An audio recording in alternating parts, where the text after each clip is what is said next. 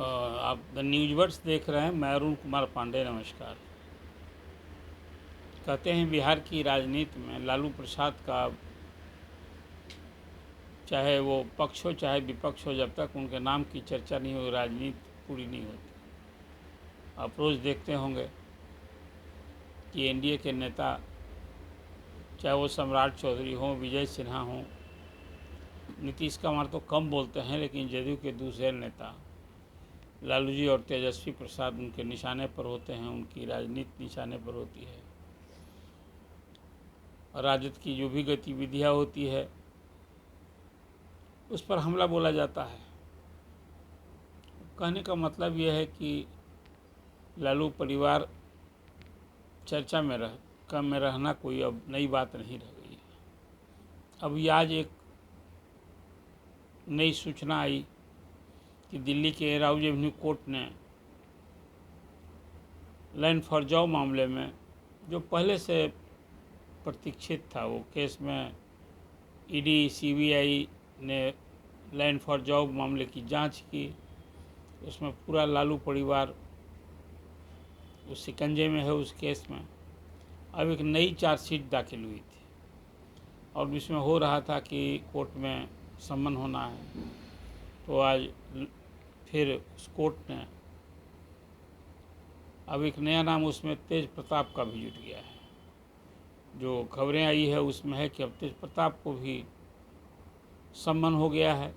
6 अक्टूबर को उस केस से मुतालिक जो सारे आरोपी हैं, अभियुक्त हैं, उनके लिए सम्मन जारी हुआ है। कोर्ट में उन्हें हाजिर होना है। चार्जशीट तो दाखिल हो चुकी है।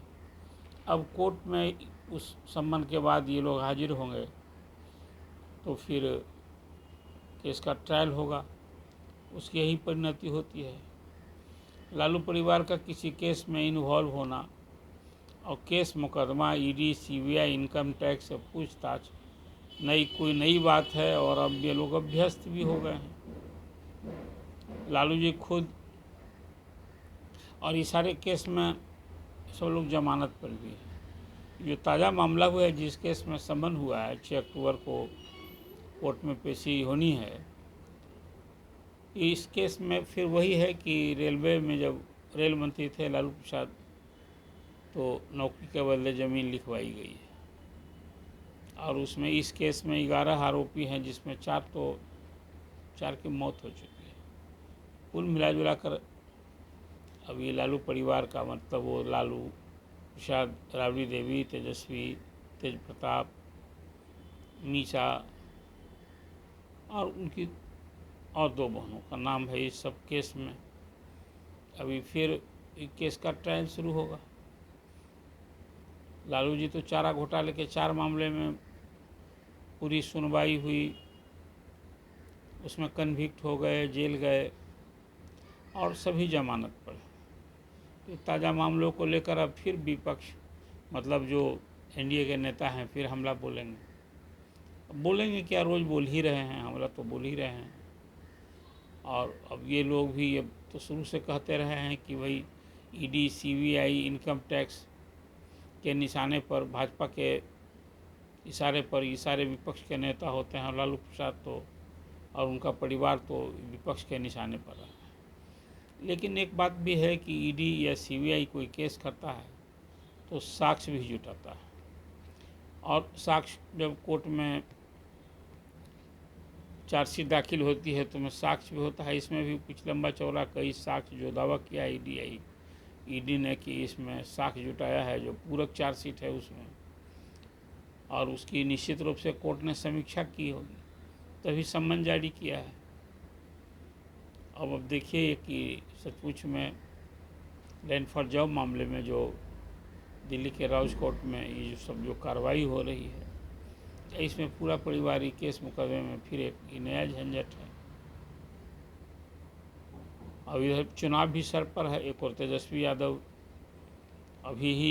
कल ही वो 1 सप्ताह की यात्रा कर जन संवाद कार्यक्रम जो कार्यकर्ताओं से मिलने का उन्होंने बनाया था, उसे लौटे हैं। उधर लालू जी स्वास्थ्य लाभ अभी कर रहे हैं। मुंबई में वो फिर हार्ट का जो कुछ प्रॉब्लम हो गया था, उसका इलाज कराए हैं।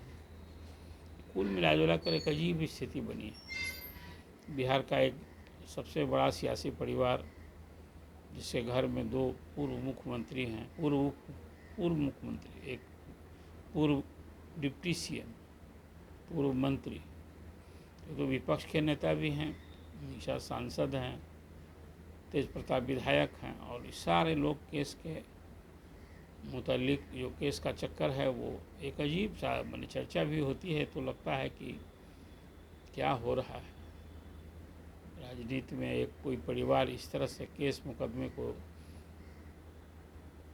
कहीं ना कहीं सामना करना पड़ रहा है।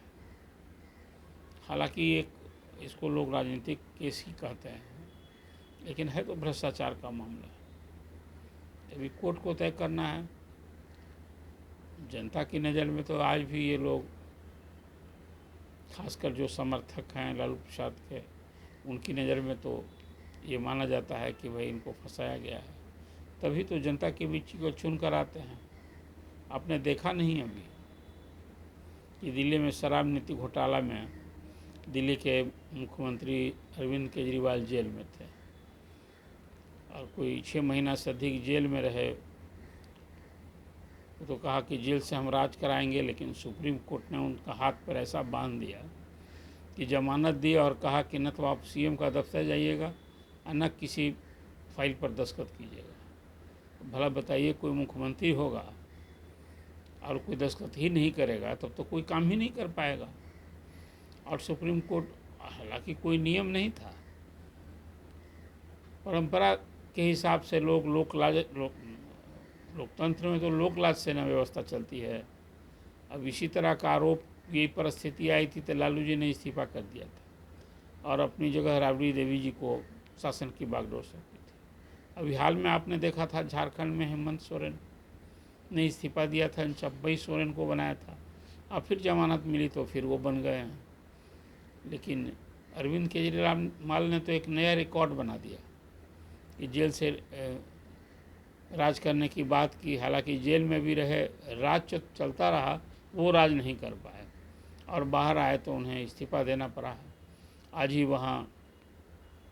जो वहाँ की शिक्षा मंत्री थी आतिशी, वो मुख्यमंत्री बन चुकी हैं, उनका मंत्रिमंडल का शपथ ग्रहण होना है और उसमें 2 नए मंत्री बनाए जाएंगे।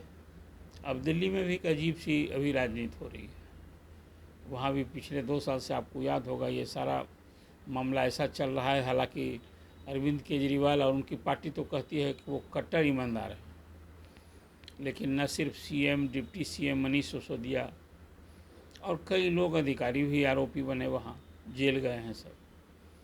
अब अरविंद केजरीवाल ने तो कहा है कि भाई अब हम चुनाव में जनता हम ईमानदार होने का सर्टिफिकेट दे देगी, मतलब हमको बहुमत फिर दिला देगी, तभी हम मुख्यमंत्री बनेंगे। और वहाँ ईमानदारी की परीक्षा जो है वो जनता की अदालत में होना। हालांकि देखिए, जो अरविंद केजरीवाल आरोप है तो उसमें कोर्ट ना उनको आरोप से बड़ी करेगा कि वो सही है कि गलत।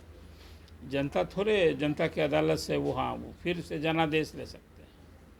लेकिन अब इसको मुद्दा बनाया उन्होंने। उनका भी कहना है कि वहाँ बीजेपी ने उनको इस तरह से आरोपी बना दिया है। कुल मिला कर वहाँ तो चुनाव की सरगर्मी परवान पर है, वहाँ भी बस निकट भविष्य में चुनाव होने हैं। और अभी जो माना जाता है कि दिल्ली में जो आज राजनीतिक की स्थिति है, चुनाव हो तो भले ही भाजपा से उसका आपका मुकाबला है, लेकिन फिर लोग मानते हैं दिल्ली में कि आप पार्टी को फिर बहुमत मिल जाएगा, फिर उसी की ही सरकार बनेगी। अभी कुल मिला कर एक अजीब सी स्थिति हो गई है। नेताओं का भ्रष्टाचार, राजनीति में आरोप, और फिर इस तरह से जनता की अदालत में लोग फैसला लेते हैं और बहुमत का सरकार बनाते हैं। लेकिन राजनीति में भ्रष्टाचारी कैसे थमेगा, कैसे रुकेगा, ये सचमुच एक बड़ा गंभीर चिंता का विषय है। भारत के संसदीय लोकतंत्र में कई पार्टी के नेता और कई परिवार जो सत्ता में रहा है, इसी तरह से उस पर भ्रष्टाचार के आरोप लगते रहे। और बिहार में चाहे लालू प्रसाद हों, झारखंड में हेमंत सोरेन हो, अब तो ममता बनर्जी भी, वो बंगाल की मुख्यमंत्री हैं, उनके परिवार पर भी उनका भतीजा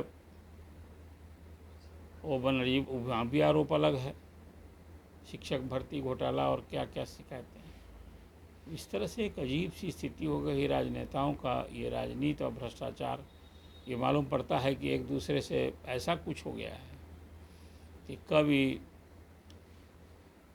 भ्रष्टाचार मुक्त समाज बनेगा और भ्रष्टाचार मुक्त राजनीति होगी। देश के लोग तो हतप्रभ हैं इस मामले में, मानते हैं। अब एक सवाल तो है ही कि सत्ता में रहने वालों लोगों के लिए हालांकि सज़ा भी मिलती है, तब भी कहाँ इससे लोग मुक्ति पा रहे हैं।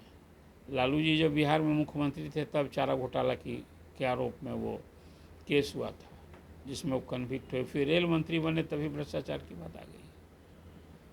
तो अजीब सी बात हो गई है। कुल मिला जो राजनीति और भ्रष्टाचार पर आपसे हमने उल्लेख किया है, और आज ही जो लालू परिवार में कई सदस्यों को जो दिल्ली के कोर्ट से समन हुआ है, इस संदर्भ में उल्लेख किया है। आप क्या सोचते हैं, राजनेताओं का ये भ्रष्टाचार या फिर बदले की भावना से जो ये कुछ सब EVI, ED, CBI, income tax का क्या दुरुपयोग हो रहा है, इसका इस्तेमाल हो रहा है या नहीं होता है? आप क्या सोचते हैं? मेरी भी एक समझ है कि कहीं ना कहीं जो सत्ता में लोग होते हैं वो केंद्रीय एजेंसियों का निश्चित रूप से इसका इस्तेमाल करते हैं। तभी तो बात भी कही जाती है कि प्रधानमंत्री नरेंद्र मोदी के कार्यकाल में केंद्रीय एजेंसियों का, खास करके विपक्ष के नेताओं पर 90% से अधिक केस हो रहा है। तो सत्ता में जो एनडीए से जुड़े नेता हैं, क्या वो सब दूध के धुले हैं? कुछ तो सवाल उठना भी लाजमी है। जैसे आपने देखा ना, एनसीपी में जब तक थे अजीत पवार, महाराष्ट्र के जो अभी डिप्टी सीएम हैं, तो जब खिलाफ थे तो भ्रष्टाचारी थे, क्या क्या आरोप लगता था। इवन शरद पवार पर भी क्या कुछ हमला नहीं कहा अमित शाह जी ने या प्रधानमंत्री ने। लेकिन आज अजीत पवार साथ आ गए तो सारे केस मुकदमा कहाँ चला गया। तो भ्रष्टाचार के प्रति भी कभी जब साथ हो तो शिष्टाचार हो जाता है, नहीं तो विरोधी हो तो भ्रष्टाचार दिखता है।